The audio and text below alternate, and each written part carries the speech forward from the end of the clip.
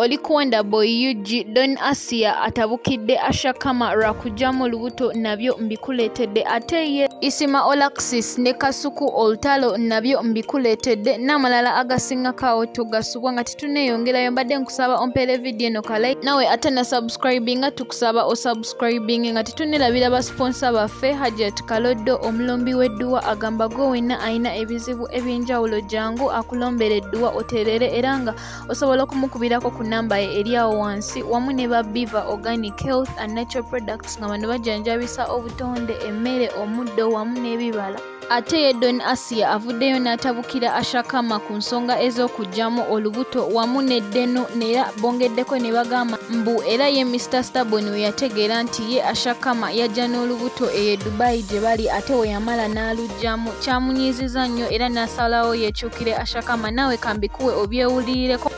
Nenda Usher Karma abe ekyokubonerako imwe abazunga mwaleka emirimu gyammwe kuba mufunye platform balabako bantu waliwa Uganda esosola but Usher Karma bamulingirira tangu mirango ye nga ne w'omugwaza uniform wa mu office tajja kunuma anoti olukapa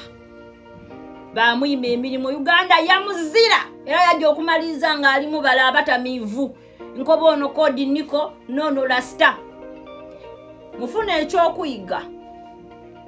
nti bw'obanga olina ky'olina ogumiranga ku nsonga doyibwe ng'omuntu wabinga ebirooto byowenkoti otayikiriza muntu yenayena kuyidda kukuninira mu dirudo sati Usher Karma ebintu ebyona byona babyonoona aye nga busiru na butamana kati Stubborn atuuka akivaamu kyokka Stubborn ngali yaweereza Stubborn kati ebyo byonna Stubborn abiwulira anyiiga bwamugamba nti Stubborn okoze erinnya olizimbye ebbanga naye jjukira nina obusolo bwo jjukira ku imo baalinga beekubira vidiyo zimuweereza n'amugamba waŋŋaanira okujja e Dubai. Kakati munnaye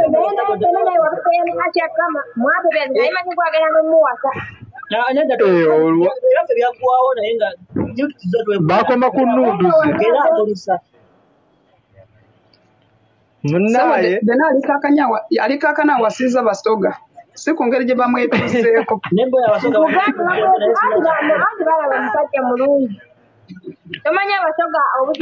Shadia omanyi ono omuwala. Ate ye Isima Olaxis ne Kasuku baguddewo olutalo kwabo bonna ba boosi abayisa obubi abakozi baabwe era ngina bikuwa naawe obyewulirireko nga bo babyeyogerera. Nabona Kasuku amufunidde ennyumba ya 9 Kasuku atunza amataka nafuna maid tuleeri totula mu ntebe n'otunulira agoba omuntu muki omunaku omuzibu abantu nze nagende wa maama wange nenkomawo ngeri gyenva ebweru naye ngeri gyayita abakozi nankingayita wooleta kyayi wa Isima akalabe kawunye enkwawa agenda weta ono abevu muki ne muga ajati nze sibeera naawe ojja gyayita abakozi nankingayita wooleta kyayi wa Isima akalabe kawunye enkwawa agenda weta ono abevu muki ne muga ajati nze sibeera naawe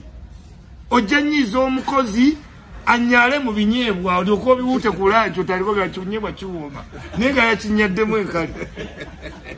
yisa bulungi omukozi yes babikola out of anger akutula ebyenkwawa